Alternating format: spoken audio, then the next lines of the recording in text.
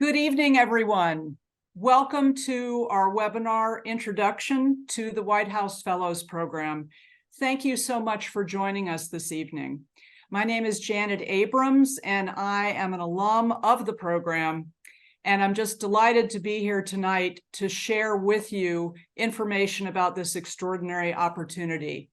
I'm joined as well by five fellow alums who are equally as enthusiastic about telling you about this experience that we've had and we're eager to share. Thanks so much for dedicating the hour.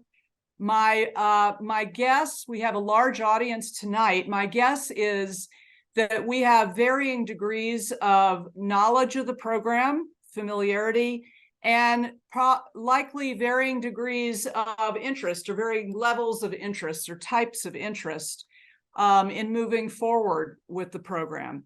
But we're eager to speak to all of you and hope that you find value in our presentations and discussion tonight. I would like to introduce my colleagues, my former fellows. We have Margarita, in order of seniority, I will say, Margarita Colmenares. If you could wave Margarita, Margarita's out on the West Coast, and she served in the administration of George Herbert Walker Bush. I came just a couple years later, and I served in the Clinton administration. And then we have Mac McFarland, who served in the Barack Obama administration. Hi, Mac. And Kyle Scherer, who had the opportunity to serve two presidents, beginning in the final months of the Obama administration, that second term, and then continuing on as the new Trump administration took office. And he worked through several months of that year. And we have two freshly minted members of our Alumni Association, La Varshni and Kevin Flores. Thanks so much for being here tonight. We're also very honored to have with us Kevin Lavery, who is the Associate Director of the President's Commission on White House Fellowships. And this is the panel that selects candidates that are recommended to the President for appointment as White House Fellows each year. So thank you, Kevin, for being with us. I'd like to give you a sense, with those introductions out of the way, I'd like to run through our agenda. So we're going to offer a general overview of the program.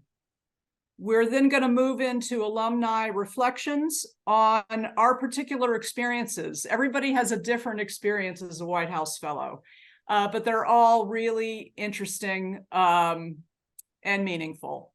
Then we'll be hearing from you. We'll take some of the questions that you submit. And let me explain now, the chat function on your screen is disabled, but the Q&A function is on. And please submit your questions there. One of our other distinguished former fellows, Elizabeth Gillis, is working behind the scenes to review questions, respond to some in writing, and tee up some that might be of general interest to the group, the audience overall. She'll tee those up for our panel to respond to. Let me say we have a lot to get into our hour tonight. If you don't have all your questions answered, never fear.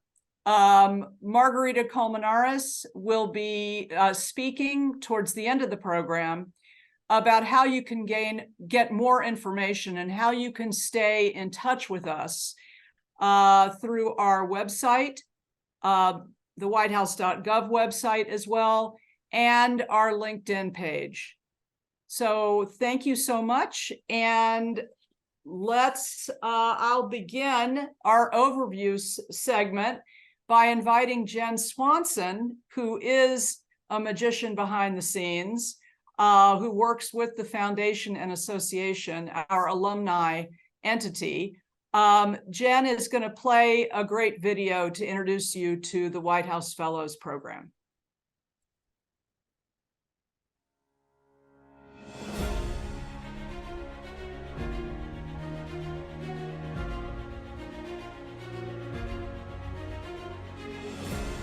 What we're trying to do is to find here in this country, yes, here in the White House fellow, a combination of an idealist with vision and a pragmatist with judgment.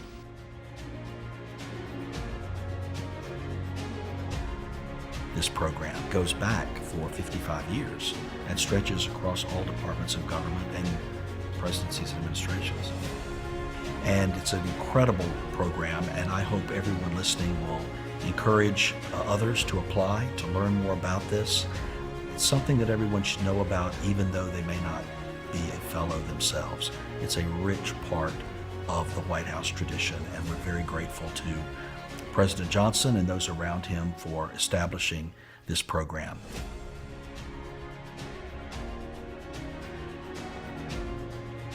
Founded in 1964, this prestigious program puts the best and brightest physicians, military officers, academics, business leaders, and others to work in the highest levels of government. With direct access to the White House, cabinet secretaries, and world leaders. Many of its alumni have gone on to greater achievement. Colin Powell, historian Doris Kearns Goodwin, Senator Sam Brownback, Paul Gigot of the Wall Street Journal, to name just a few.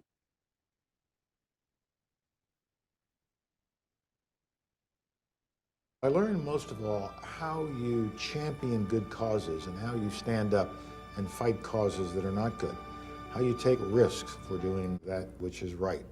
And so for me, it was a very formative experience, one that I've treasured ever since.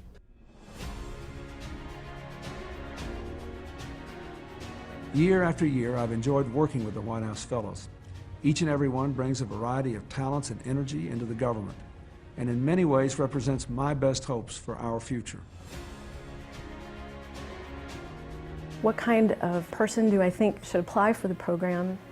I think would be someone who is committed to servant leadership, just as John Gardner would have said, someone who is ready to give back.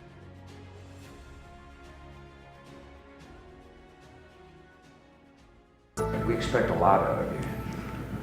We expect you to go back to your units or your businesses or your universities or perhaps government agencies and lead, to set high standards, to set a good example, and to serve something greater than yourself.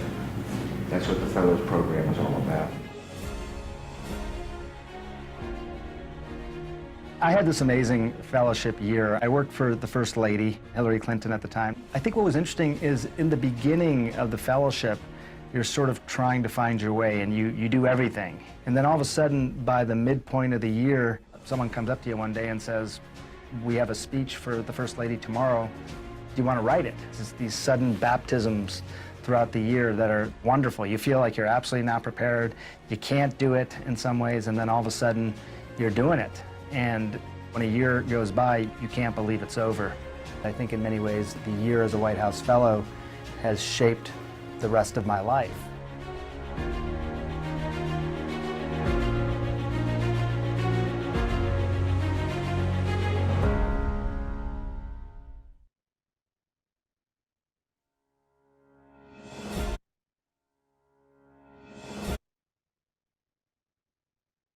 Well, we hope you enjoyed the video. It's available for you and others to view again on our website. And to continue on, Jen, if we can go to the next slide. We're very proud to call this program the nation's premier nonpartisan leadership and service opportunity. And we have a long history, almost 60 years, of more than 850 fellows serving in 11 presidential administrations. I'd like to stress, as my colleagues would, the bipartisan support that the program has had, and that really the nonpartisan spirit of our time together as fellows and in our community overall. The purpose is to develop and strengthen future leaders for the betterment of our communities and nation. This fellowship is an investment in individuals that show great promise and have an early record of leadership, but the expectation is that you'll go out and do more and commit yourself to a lifetime of public service. You're given a work assignment. The major components are work assignment in the White House or in a cabinet agency or department. It's for 1 year. It's really on an academic cycle starting in late summer and winding up you're chosen in early summer and arrive begin work early summer, and then that runs through the following summer. Each class has between 11 and 19 fellows. That's what's specified in the executive order that established the program. And a major additional component is educational programming that you'll enjoy as a fellow with your class. Some really exciting opportunities to meet with leaders from across the country and to get to know one another and to get to know yourself and work on your own professional development. This is a picture of our new class of White House Fellows who were just brought in late August, started work early September, and it's a beautiful crowd. It's a beautiful, great group. I've had a chance to meet them.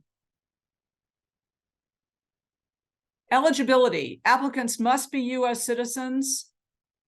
Employees of the federal government are unfortunately not eligible unless they're career military personnel. And applicants must have completed their undergraduate education by the time they begin the application process. Some of you may have not yet completed your undergraduate experience. It's great that you're here with us this evening, but you have to have done that and have proof of such before you apply. Selection criteria. Everybody wants to know, who are the fellows and what do those people who make selections look for? First, a record of remarkable professional achievement early in your career, evidence of leadership skills and potential for further growth and service, a demonstrated commitment to service in your past and in your current endeavors. And then finally, the skills to succeed at the highest levels of the federal government. And that includes an ability to work effectively as part of a team, because you'll be part of a team in the workplace and also part of a class that functions together. And that's very important. I'd like now to invite Kevin Lavery to say a few words. Kevin is part of the small team that runs the entire White House Fellowship program, and we're lucky to have him. So please take the stage, Kevin. Thank you, Janet. Good evening, everyone. On behalf of Director Rose Vela, thank you for your interest in the White House Fellows program, and thank you to the Foundation for hosting this event tonight. We're excited to know that so many of you are interested in learning more about this opportunity for a year of service in the federal government. I wanted to provide a quick rundown of the selection process for the year. This is a months-long process starting with the online application that's going to open here in November and run through January 5th, if all works out well for us. In March and April then, roughly 100 candidates will be selected as regional panelists and participate in interviews with panels of distinguished local citizens. And then in May, 30 candidates will be selected as national finalists to interview here in Washington, D.C. With the President's Commission on White House Fellowships. Selected fellows will be notified in mid-June, and as Janet mentioned, the fellowship year will start at the end of August in 2024 and run for the following year. Our team is always available to assist with logistical questions about the application, the selection process, or the program itself. And you can email us at whitehousefellows, all one word, at who.eop.gov, or call us at 202-395-4522. Both that email address and the phone number are available at the whitehouse.gov website if you look for the White House Fellows page on there. Thank you, everyone, again, for your interest in the program and for coming out tonight. And good luck as you decide to apply. And hopefully we'll see your application in a couple of months. Back to you, Janet.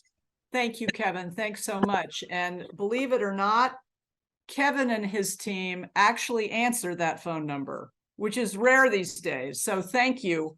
They are tremendously dedicated both to ensuring the best, smoothest, fairest selection process and in running a great program for each class that is memorable for every member of the class.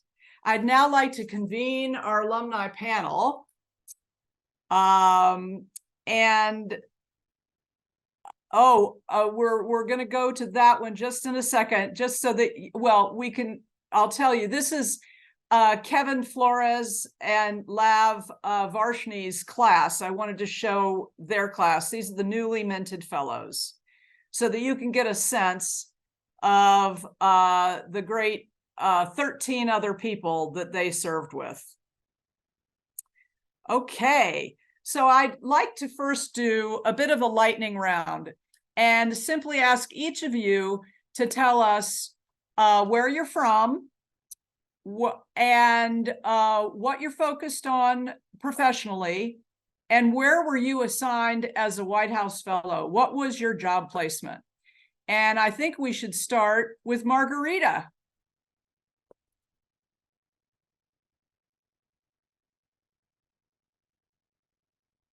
We got Margarita? Yes, got me. Okay. Okay. So, hello, everyone. Good evening. My name is Margarita Colmenares, and I am the Director of Outreach and Recruitment for the White House Fellows Foundation. I am from the West Coast. When I became a fellow, I was living in Los Angeles. I currently live in Sacramento, but today I'm joining you from San Diego. Covering all of California. Thank Yep. you. And I, because I'm next in line age-wise, I guess, we'll just no, don't say that, Janet. Yeah, well, age is, it's all in your head. To everyone, just so that you'll know, I'm here in Washington, D.C. I'm from Atlanta, Georgia, where I spend a good bit of time still. And what did I ask folks? What do? I work at the Smithsonian Institution on digital programming. Our main website is si.edu. Please visit. And my assignment was first in the White House Office of Communications. And then because my principal, my boss as a fellow, moved on in his career, I moved to the Domestic Policy Council for the second half of the year. So let me invite Mac. Good evening. I'm Mac McFarland, originally from Detroit, Michigan.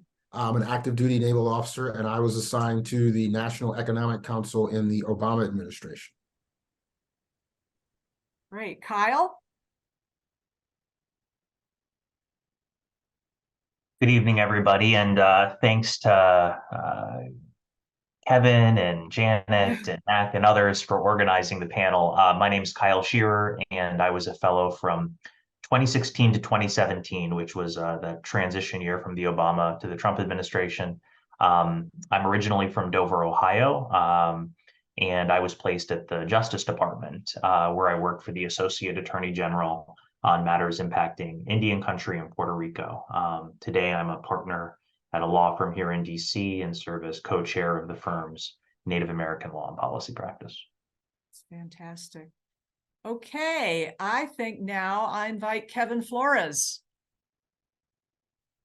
Thanks, Janet. Hi, I'm Kevin Flores from Springdale, Arkansas, by way of El Salvador.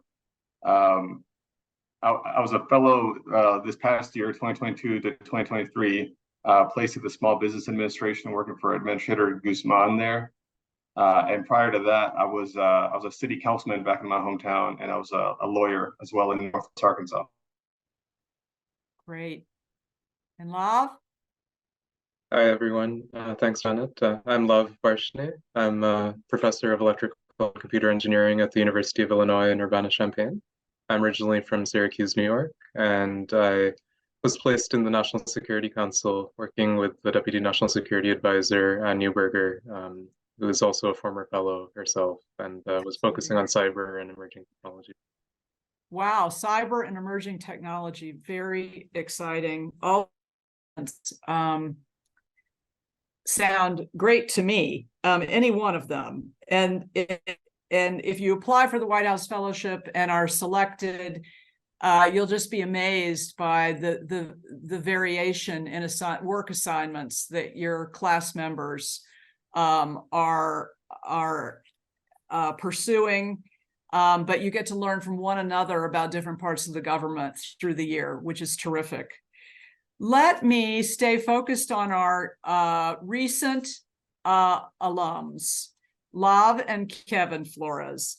Could you share with our audience a highlight of your work experience or the education program that your class enjoyed that was particularly meaningful for you, and why? Sure, Kevin, I can go first if you don't mind. Go ahead. Okay.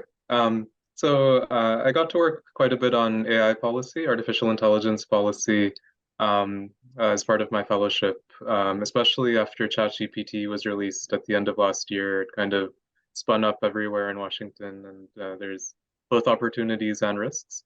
And so just kind of that experience and interacting and contributing in meetings with Jake Sullivan, the National Security Advisor, as we were discussing various elements of AI policy. Just really a great experience to just, be there in the West Wing and hopefully make a difference as things go forward. And in fact, there's an executive order that hopefully will be signed by the president in the next few weeks on this topic. So That you worked on. really excited. You worked on that? I did, yeah. That's exciting. It's very important. That's exciting. Thank you. Kevin Flores? Yeah, well, I'll start off by saying that my year as a White House Fellow exceeded my expectations, which were already high to begin with. I was leaving something great, and so I was, somewhat hesitant to move forward with this process just because, I was doing something good. But this was well worth it. I enjoyed it. I enjoyed my classmates or my fellow fellows, such as Love. But yeah, I was working for Administrator Guzman, and just was able to leverage on my background on immigration law, and we were able to set new immigration policies at the SBA, and well, not immigration policies in how we interact with immigrants and improve our outreach and such. And it was a wonderful time. I'll talk a bit about the educational aspect too. May I just ask as well, Kevin, so SBA, it's small business. Yes. Small Business Administration, yes. And so can you explain just a bit about your role again? Right. So Love was at the Eisenhower Executive Office building there at the White House, and I was placed at an agency. Yes. Given my background in local government. So I was back and forth. Well, I was placed at the Small Business Administration. That's where my policy work was coming out of. And in a sense, I was on the administrator's policy team, briefing her weekly on issues that we were facing or just policy we were trying to move forward with.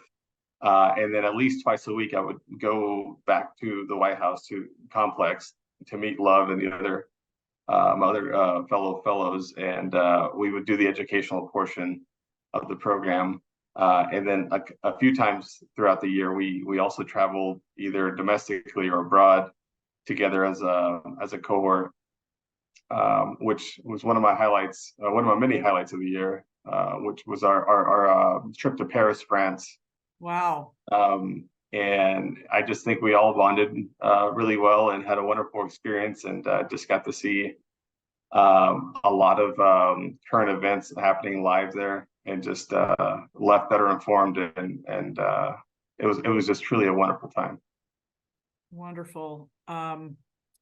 Thank you. I should stress some, but not all White House Fellows classes have the opportunity to travel internationally to learn about other countries, their economies, national security or global security issues, etc. And I'm glad that this most recent class had that opportunity. It's exciting. Thank you. And now we've actually had what I wanted to ask our newbies, if you will, what is one thing, Lav and Kevin, that surprised you about the fellowship that you didn't expect coming in? Go ahead, Kevin. Yeah, it's tough to pick, but I think from the get-go, even as soon as we got selected, just the willingness of the Alumni Association to really look out for us and help us out in any way. It's a very, I'd say, deep association, well entrenched, and we share something in common that's very rare, and that not many people are able to attain. But I think it's something that, as an alumni association, we're very proud of. But we also look out for each other, and I saw that from the get-go. Nice. And it was just something that it's not that I wasn't expecting something like that, but just the level of it really surprised me. That's great. Thank you. Lav? Yeah, I mean, I think I knew kind of going in the educational program would be amazing, and the placement public service would be amazing, but the cohort and the class, I mean, I didn't realize that would be really the jewel of the program.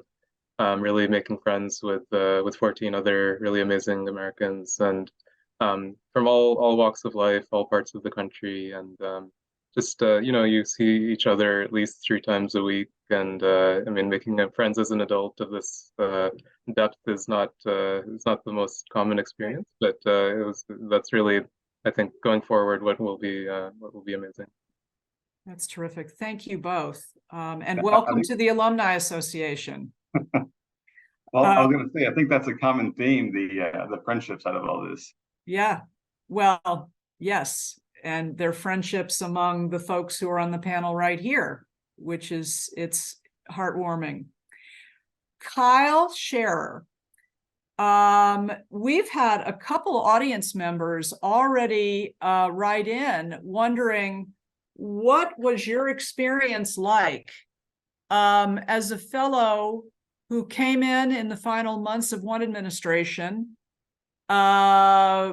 was hard at work as the presidential campaign wrapped up and the election was held, and then you were on the job when still on the job when President Trump was inaugurated, and worked for probably a good 7 or 8 months later further. Could you comment on just that experience for you in your work assignment, and maybe if it affected your class as a whole? Let us know. Sure. Thanks, Janet. So yes, I began serving as a White House fellow, I think, at the end of August in the Obama administration under Loretta Lynch, who was the Attorney General at the time. So I had about 6-7 months with one administration, and then 6-7 months with the Trump administration. As I mentioned up top, I was mostly working on Native American related issues. So I guess by way of background, I'm tribally enrolled. I'm a member of the Muncie Delaware Nation, and had previously worked on Navajo Nation and was very professionally engaged in the space. So subject matter wise, it was a great fit for me. When the administration changed, my portfolio largely stayed the same. And it really varies on how each office is structured, but the Associate AG's office had 8 career SES, sort of senior executives, and 8 politicals. Obviously the careers stayed put, the politicals left. And then there was obviously a lot of change out even in who was the SESs that were occupying those career roles. So for me, and I think it's true for most fellows, we were able to have, I think, incredible visibility on how one administration sort of exits and how a new administration gets set up in both, terms of how they think about issues. And I think because fellows were often the only sort of non-career employees in our offices, whether that was a White House office or the office of the cabinet secretary or otherwise. I think it was fairly common for sort of the new team to look to us as a source of institutional knowledge, whether or not they agreed with what was going on or not. I think they were very interested in how we sort of got here and what the thinking was. And I think just personally, I benefited from the fact that Indian country is an issue that is typically not partisan, at least in the same way that like environmental law would be partisan or energy policy would be partisan. And so I think that worked to my favor in a new administration. And I think as a final maybe coda to that experience, I and others from my year group were offered opportunities to continue working as either Schedule C employees or SES employees, those are political positions, or as non-political Schedule B sort of expert hires. And so I think that says something about the nonpartisan nature of the program. And then I think maybe just from the educational side, and I'll end here, I think it was really a really unique insight again to how one administration ends. We were able to hear from, press secretaries, cabinet secretaries that had experienced a very difficult loss. And as part of the education program, there were a lot of, frank discussions on what went wrong from their perspective. Do you mean in the election, in the campaign? The election, that's right. Yeah, that's right. So I think it was a very interesting time to be in government and really a unique experience for fellows to be in those positions. Yes. Well, thank you. Sure, you saw.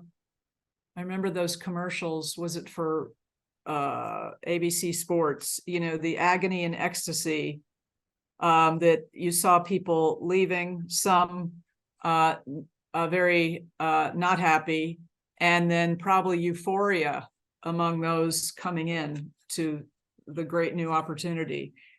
Thank you. I would like now to ask Mac and Margarita. We'll move on to you two and say two questions, and you can take them in any order, either order. What was a highlight of your fellowship year that you feel really affected you as a person? And you might even point to as being transformative in your life, your personal life or professional life. That's one. And another is, how does the fellowship play a role in your lives now? How do you see it serving you now? Margarita, go ahead. I'll come Actually, Mac, I went first the last time. You go ahead. Okay. All right. Fair enough. So, the fellowship, I think, kind of breaks up into 5 different elements. You have work, where you go to your job every day as a senior advisor or somewhere within the federal government in the executive branch. And that is kind of unpredictable. If you're at the Department of Justice, it may be very different than if you work at the White House. There's the education program where twice a week we're meeting with senior leaders in government, senior leaders in business, and we have an off-the-record lunch. So you're really able to engage with these people on a deep level. There's generally an element of volunteer service where you as your class go out into the community and serve. And then, as you mentioned, there's a travel element where we try to do, it's not guaranteed, but we try to do 1 international policy trip and 2 domestic policy trips. And that's kind of how the program is broken up if you read the brochure. To answer your question, what is the part that has really touched me? I'm going to echo the same comment that others have said, it's the relationships that you build with your fellow fellows. And so it was really rich and rewarding for me to meet my fellow fellows. And we had, I think, 2 children that were born during the year. All of those kids call me uncle. I've lived overseas. I'm active duty Navy, and I've lived overseas in Japan after the fellowship. And now I come back. You asked what impacts me to this day. Well, 2 or 3 times a month, my weekends are going to watch Little League baseball games and Little League soccer games of the kids of my fellow fellows. Well, that's great. And so, and then to, on the professional side, we've had a lot of our fellows that get together and they do conferences and they support each other in a professional environment as well. And so it's just, I think the relationships you build, which is something you can't really pick up and you read the brochures, is the best part for me. That's terrific. That's terrific. Margarita. Sure. So let me say this. Sometimes the fellowship is described as a front row to history. And that's simply because no 2 fellowships are alike. And you don't know what's going to happen the year that you serve. So, for example, you mentioned the international trip. My class went, one of the places that we went to was Ukraine. And it was six months old. It was so new that they didn't even have their official flags yet. They had 2 pieces of silk, the yellow and the blue, pinned together in one of the government offices. I mean, that's how new the country was. I remember that we saw a country in need. And well, just to fast forward, a lot of money has been subsequently invested in the Ukraine, and it's totally transformed since the time we visited. But here's what happened the day that we landed in Kiev. That day, back in the States, Rodney King happened. And I clearly remember feeling, what am I doing here across the country? I felt like I should be home, because home for me at the time was Los Angeles. So I mentioned different cities. Born in Sacramento, worked in LA, I have family in San Diego. But in LA is where I came from to the fellowship. And so I felt an affinity for what was happening back home. Little did I know that when I returned to the States, that my principal was going to become the co-chair of the economic recovery for Los Angeles. So that became my portfolio.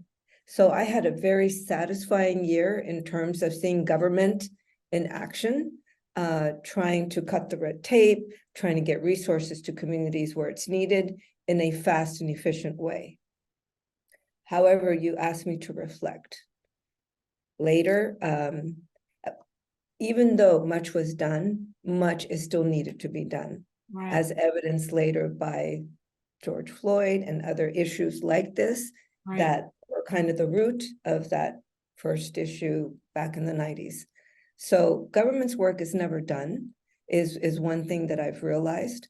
I also find myself sometimes, it's very easy for people who have not served in Washington to lump everything together and not really understand the nuances, the hard work, the grit, everything that goes on behind the scenes to try to make policy work. So that's some of the things that I remember. And how has it affected me today? I almost didn't become a White House Fellow. If not by chance of being, let's say, recruited by a Rear Admiral from the Navy. Now, I have nothing to do with the Navy. We just You do now. Well, yes, I do. Yes. But I had no inkling that the White House Fellowship existed. And this person literally tapped me on the shoulder and he said, you should apply for the White House Fellowship. And my initial response, because I am a strong Democrat and it was a Republican administration, I said, no, thank you, politely. But he really insisted. And I became convinced that it was nonpartisan. And I think that's important for our audience to know. Yeah. And so I did apply. I completely did a turnaround. Once I was handed the brochure and application in my hand, I said, yeah, I do want to do this. And it was almost in the category of a missed opportunity. So how does it affect me today is today in the recruitment efforts that I work with many of our alumni, that is so important to me, that more and more people, more and more applicants find out about the White House Fellowship. And then you can decide, do I want to apply to this or not? But I am so saddened every day that I meet someone who is an accomplished leader, and I ask them, why didn't you apply to become a White House Fellow? And the answer is always the same, because I didn't know about it. Well, thank you, Marguerite, and thanks for all you do with and for all of us alums, to your fellow alums, to make sure we do get that message out. I want to follow up on a point you made about nonpartisanship or the bipartisan spirit, and invite anyone else on the panel to add to that. Your experience of that during your year, because for many people, they assume you had to have worked on the political campaign of the president in order to become a White House Fellow. The answer to that is no. And it plays out in different ways. I mean, I didn't actually know the political persuasion or leanings of several of my class members, and we were together a whole year. It just was not our focus. Anyone else want to comment on that? Yeah, I'll start this one off, Janet. Yeah. As I mentioned, I was a city councilman before getting selected to be a White House Fellow. I was in a nonpartisan role there, but throughout the entire process, from the application all the way to nationals and getting selected, I was never asked anything about my political leanings. Right. Yeah. And that impressed me very much because it showed me that the program really kept to its intent of being nonpartisan. And even as White House Fellows, we're nonpartisan in our roles, and that we don't participate in political conversations or meetings in our placements. And to the point where I was kindly kicked out of meetings at times in my placement, just because they had a little more political angles to them. But that also just showed the emphasis again of this nonpartisan aspect of this program and how well respected it is. It's great to know. Thank you. Y'all, this has been great. I'd now like to turn to a few questions that have come in. Questions, we had a couple people write about Kyle's experience during a transition year. We also have a question about or a few questions about the application process itself, how best to fill out portions of the application. And I wanted to let everyone know that we will be doing another webinar specifically focused on the elements of the written application, and that's coming up on November 8th. So please stay tuned for messages about that. Follow us on LinkedIn and the website, and we'll be keeping you apprised of that plan and others. But one question under that umbrella is recommenders you might choose. The application requires you to tap a certain number of folks in your life who can speak, who can write on your behalf.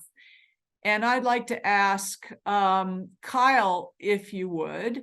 Kyle, what guidance would you give an applicant on the kinds of recommenders to consider, the kinds of individuals in your life to consider asking to carry out that role? Sure. I don't know that the advice is any different than applying to, college or law school. I think you're looking for folks that can highlight different elements of what you bring to the table, and different sort of aspects of who you are, and try to not have them repeat themselves. I think just from personal experience, like I said, I worked on the Navajo reservation, so I had the Navajo Attorney General serve as one of my recommenders. I was previously in the military, so I had the sort of executive officer from my time in Iraq write a letter of recommendation, and I had my current employer, a partner, sort of the head of our practice group at the firm. So I think that experience served me well, and that's the advice that I would give others. Thank you. I would add, they need not all be from your work life. One or more should be from folks who can speak to those selection criteria we tick through, your leadership skills, demonstrated record of public service, your ability to work with others, and to work at very senior levels. But I had a junior high school teacher who had known me for years and years, and he wrote one of mine. And what you want are people who know you and who can write authentically about you. So that would be my recommendation. A couple more questions have come in. Are there folks on the panel who applied more than once? Is it, it is, the question reads, it's not a light lift, this application process. It's a pretty significant lift. And would you recommend trying a second time? Anyone want to respond to that?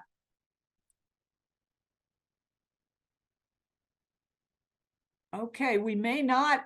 So I don't know. I'll jump on Matt, that one. go very ahead, quickly. please. Yeah. So I will say there are several very prominent alumni who have shared over the years that they have had to apply more than once.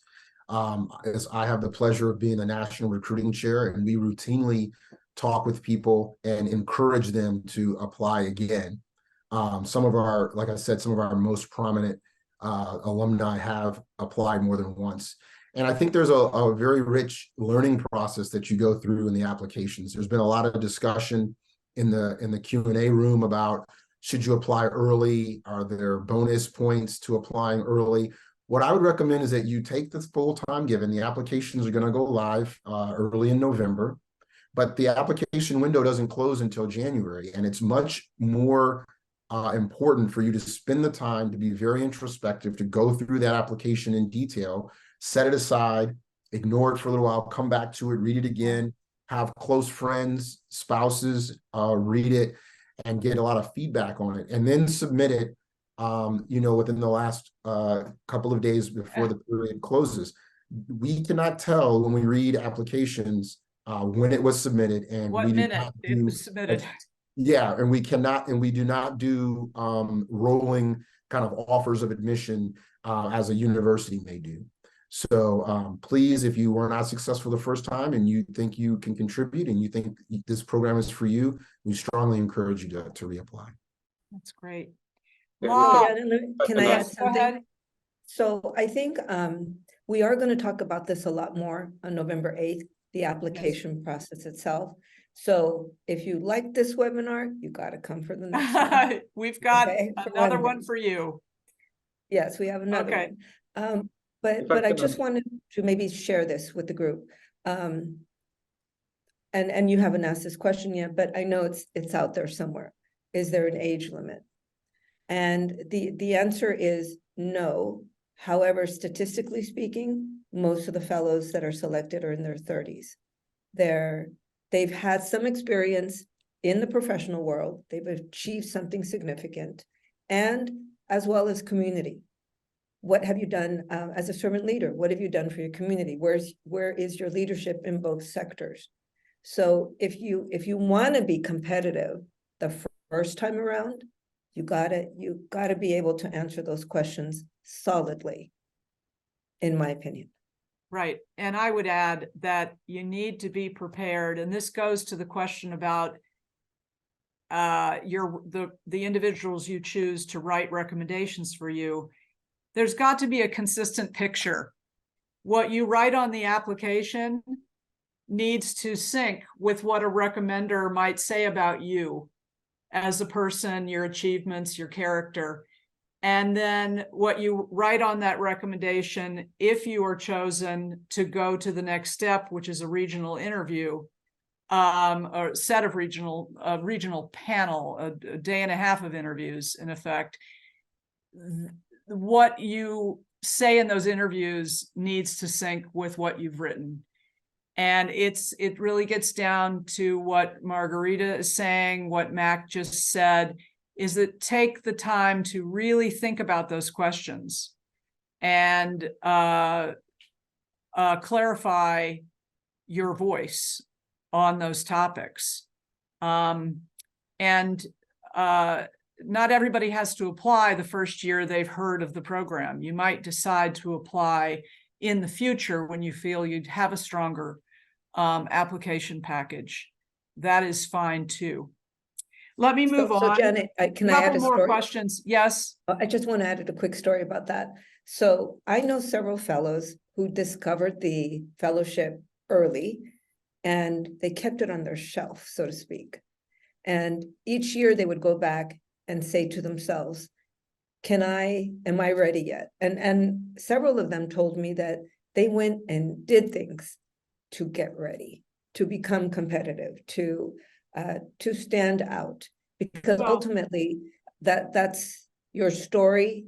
Like Janet said, everything that has to hang together strongly. And it is about finding the best and the brightest. That is where this program was founded. Yes, thank you. Another question I'd like to ask Lav, please. What's the day-to-day schedule of a White House Fellow? And I know it really varies, but if you could speak to that. Yeah, it does vary. And so as I mentioned, I was placed in the National Security Council staff, and our offices are special compartmentalized information facilities. We do top secret and higher levels of clearance work. So there, the work has to be done in the office largely. And so I would be there, most of the time at the Eisenhower Executive Office building. Yeah, it wasn't uncommon for NSC folks to work, 12-hour days, and they couldn't telecommute, most of them. Yeah, you can't telecommute, that's right, largely. I was doing a little bit of unclassified work, so I could do a little bit of that at home later at night. But yeah, and I come from a smaller town in Illinois, so my commute here is 8 minutes. There it was longer, etc. And then, as Kevin mentioned, we have the educational pieces as well. So Tuesdays and Thursdays, we had the lunchtime seminars. We had quite a few evening events. We had the 4 trips as well to Europe, to Texas, to New York, to Norfolk, and so on. So yeah, I mean, it's a pretty intense kind of year, but you gain so much. Yeah, thank you. Thank you. Another question that's come in: what happens upon completion of your fellowship? And I'll just take a first stab. It depends. It varied across the board. I had a class of 17 fellows, and I'd say a couple folks stayed on in the government, in the Clinton administration. Others went right back to the role that they held prior to applying for the fellowship or when applying to the fellowship. And some made big shifts because new interests or relationships have been sparked during that fellowship year. Kyle or Mac, would you like to respond to that? I think you're absolutely right. Yeah. Some people make big career changes. We had one career cardiologist who now is working in tech. We had military folks like myself who went back and continued in the military, and we had a few people who stayed on in various offices across the federal government. So I think the goal of the program is to take what you've learned and return to your community, and that can be interpreted in many different ways. Right. And for some people who may continue to do the same or carry out the same professional function or stay in that organization, they may be inspired through the fellowship experience to contribute outside of work in very creative ways.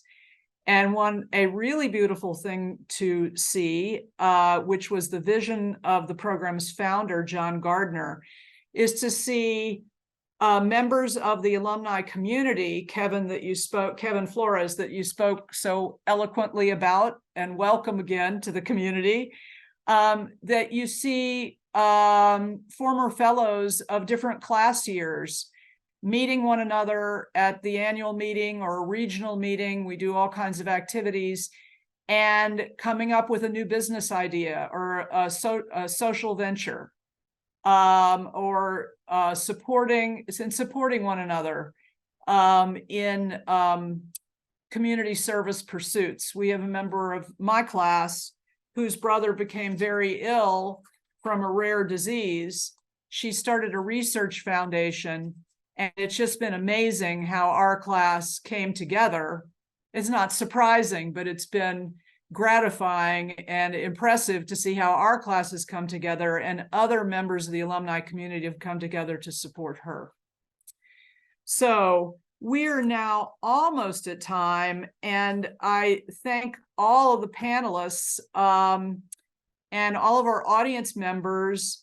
And please, if we did not get to your particular question tonight, we have other ways that you can get answers. And I'm going to hand the floor to Margarita, who coordinates the foundation and association's outreach activities to spread the word about the fellowship, and she can tell you about additional resources.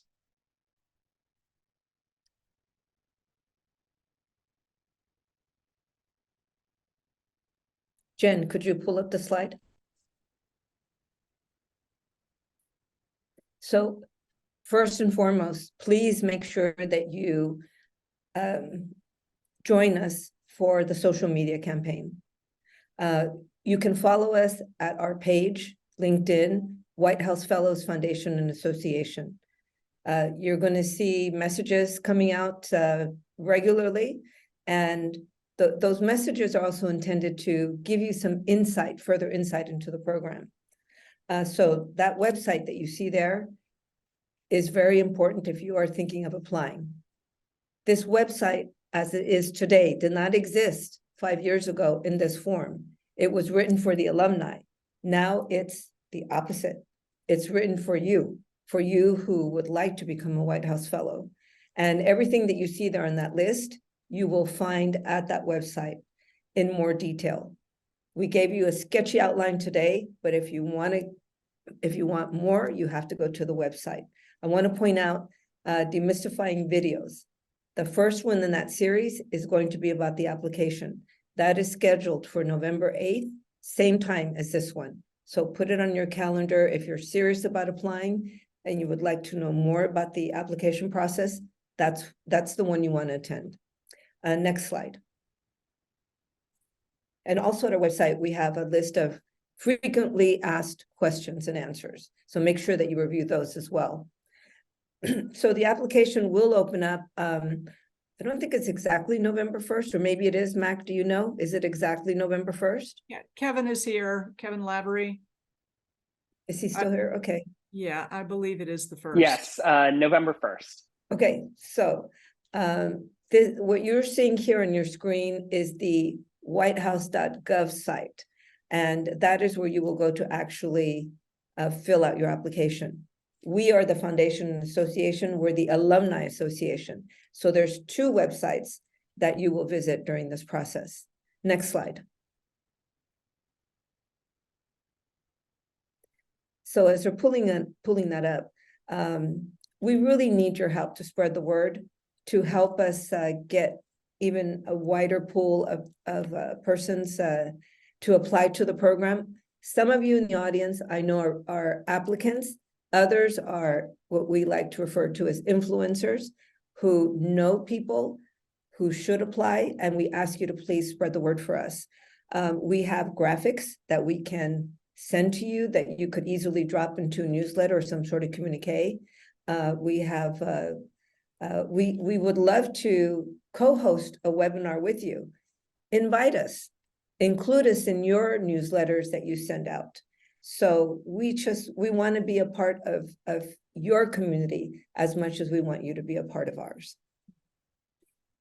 And I think there's one more slide, or even if it's not there, the email that you should write to if you would like more information is recruit@whff.org. But I will please ask you to go and review the frequently asked questions because you may find that one of your questions is already answered there. Thank you. Thank you, Margarita. And I want to thank my fellow panelists, thank Kevin Lavery of the President's Commission on White House Fellowships, the program office for the fellowship experience. And I'd like to thank Elizabeth Gillis for helping us field questions and respond to some of them in writing. And Jen Swanson, who's behind the screen, who helps make all of our communications possible from the White House Fellows Foundation and Association. We all applaud you. And I would just like to make a point that the fact that you've come to listen and to be with us this evening signals to me that most of you do have a desire to be of service to the country and to your community.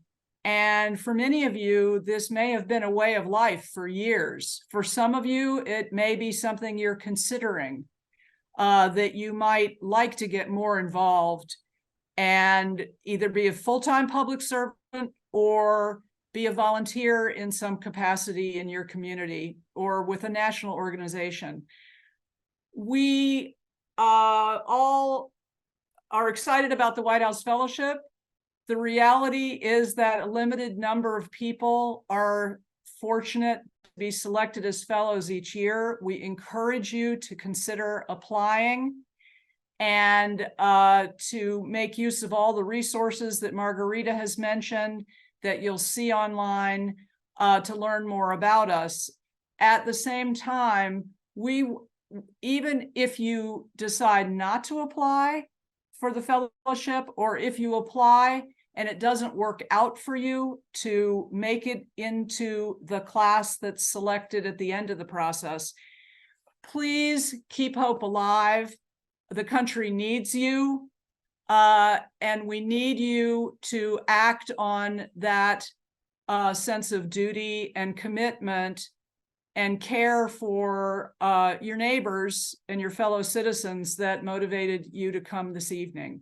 So we thank you very much, and keep serving and stay in touch with us. And we look forward to welcoming you into this community, or more generally into the community of people across the country who serve. Thank you. Good night.